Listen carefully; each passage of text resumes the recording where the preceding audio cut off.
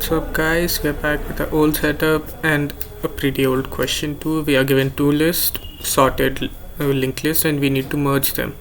And it is one of the most easiest question that I've ever seen here. Because this is pretty basic question. So we are given list L1 and L2 and elements may repeat and we need to merge them. It is simple, the most basic merging algorithm that could exist. This is this. So first what we need is we need a new head.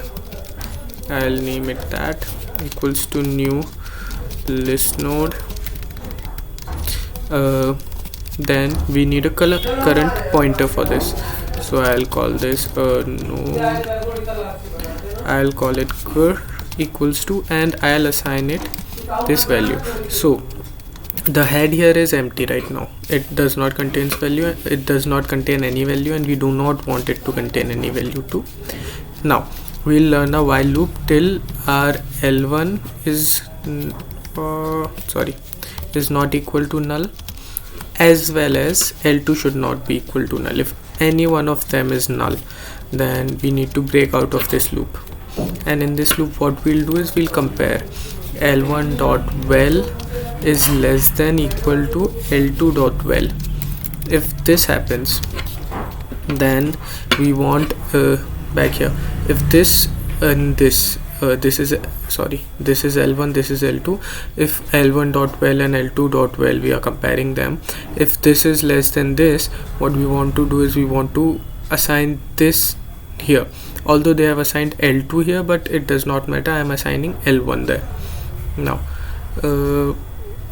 okay, so what I want to do is I want L1, I want current, which is my empty node right now, current's next value to be L1, and then I want to move my L1. L1 equals to L1 dot next. We could have taken two temp pointers to T1 and T2, but since we are allowed to manipulate the list, I don't think this would be a problem, because after executing this code we will have no heads for L1 and L2 list. They will be gone, disappeared, tata, bye bye, khatam. Okay, so if that is not true, then what we want is this to be equal to L2 and L2 to be equal to L2 dot next. And after, if any of these conditions occur, because of course one of them will occur, then what we want to do is we want to move current to its next point. Done. Now after that there might be a case where L1 is still not empty. If that is the case, then what we want to do is we want our current's next pointer to point to L1, and if L2 is not null, we want to do the same. Then we want current's next to, because either of them would be null. If we are breaking out of this loop, that means that either L1 or L2 is null right now. That's why it works, and we do not need to change the current pointer anymore, and this would be equal to L2. Okay, done.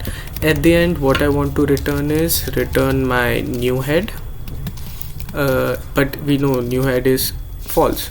I mean there is nothing in the new head is currently empty. So whoa, where did I miss that?